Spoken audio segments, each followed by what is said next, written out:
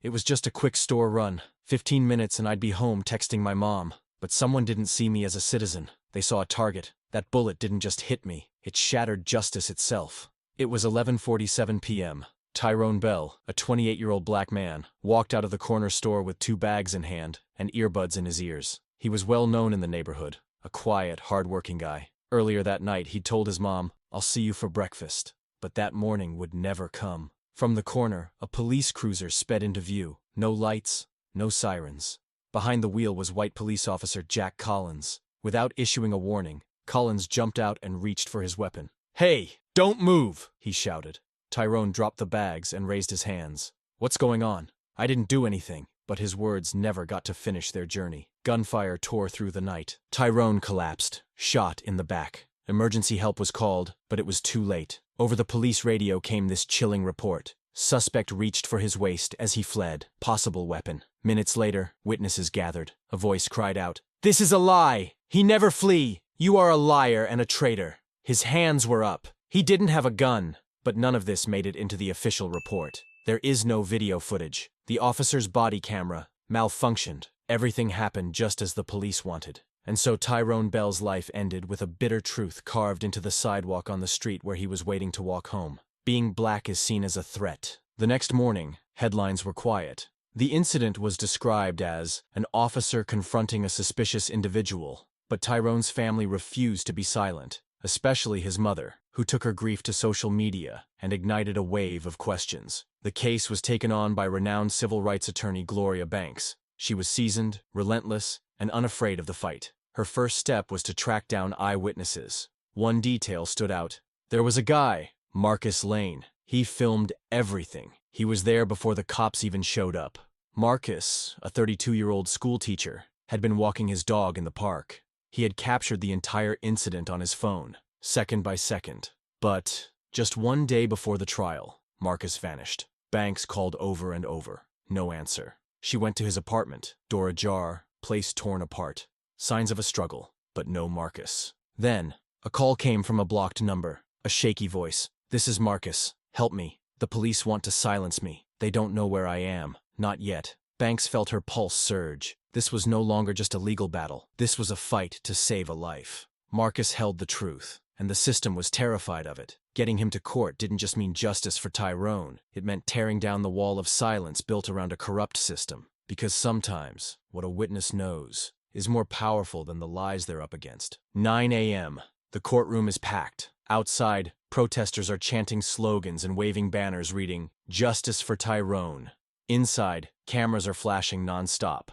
Tyrone's mother and father are sitting in the front row, their hands clasped tightly together, ready to give their all to see justice done. But all eyes are on one person, Judge Richard Avery, a man in his 60s, white, with piercing, cold eyes. Beneath the mask of objectivity lies a figure known for concealing systemic flaws. In past cases, he is famous for ruling that reasonable doubt favors the accused when the defendant wears a badge. "Court is now in session," Avery said in a stern voice. Case: the death of Tyrone Bell during police intervention.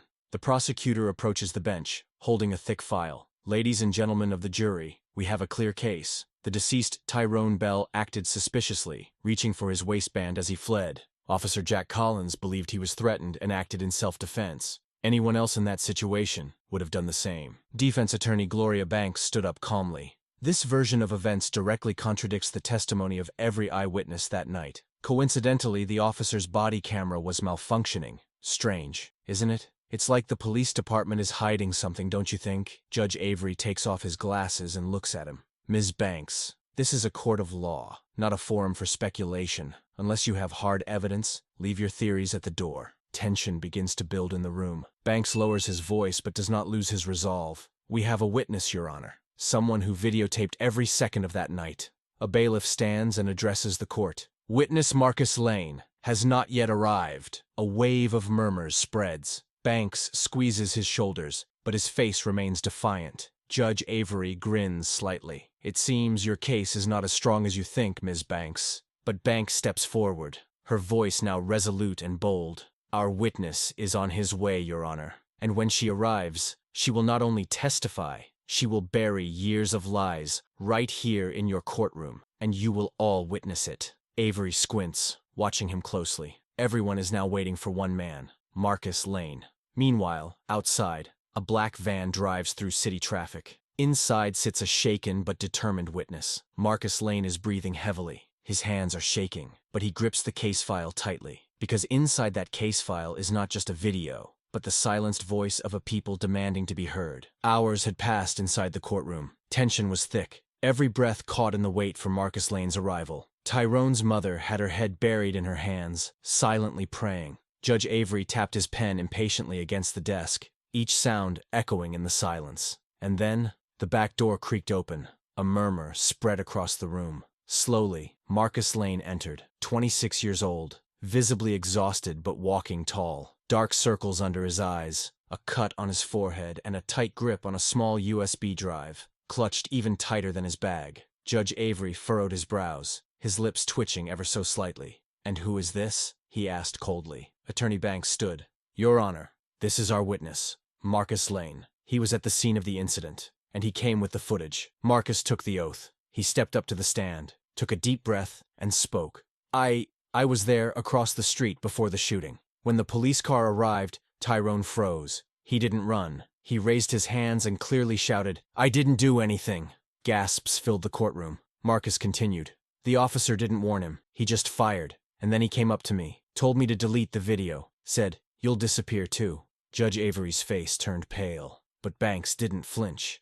"Our witness isn't just a voice, Your Honor. He brought proof." The USB was handed to the technician. The footage lit up the screen and stole the air from the room. Tyrone, hands up, clearly surrendering. Officer Collins swiftly draws his weapon and fires a single shot. A muffled sob rose from the crowd. Tyrone's mother screamed, "My boy was innocent!" Judge Avery slammed his gavel hard. "Order! This courtroom will remain in order." But there was no more order to maintain. Marcus stared at the jury, his voice unwavering. "They tried to silence me, tried to scare me, but if I stay quiet, Tyrone stays silent forever.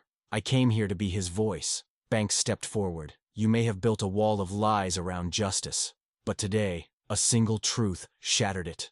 Judge Avery sank into silence, unable to look at the files before him. This wasn't just a testimony, it was the collapse of a system. On the final day of the trial, the courthouse steps had turned into a protest ground. Chants of "Justice for Tyrone" and "Black Lives Matter" echoed from megaphones as signs rose high into the air. Inside, everything was set. The jury was ready to deliver their verdict. Marcus was in the room. Banks stood firm.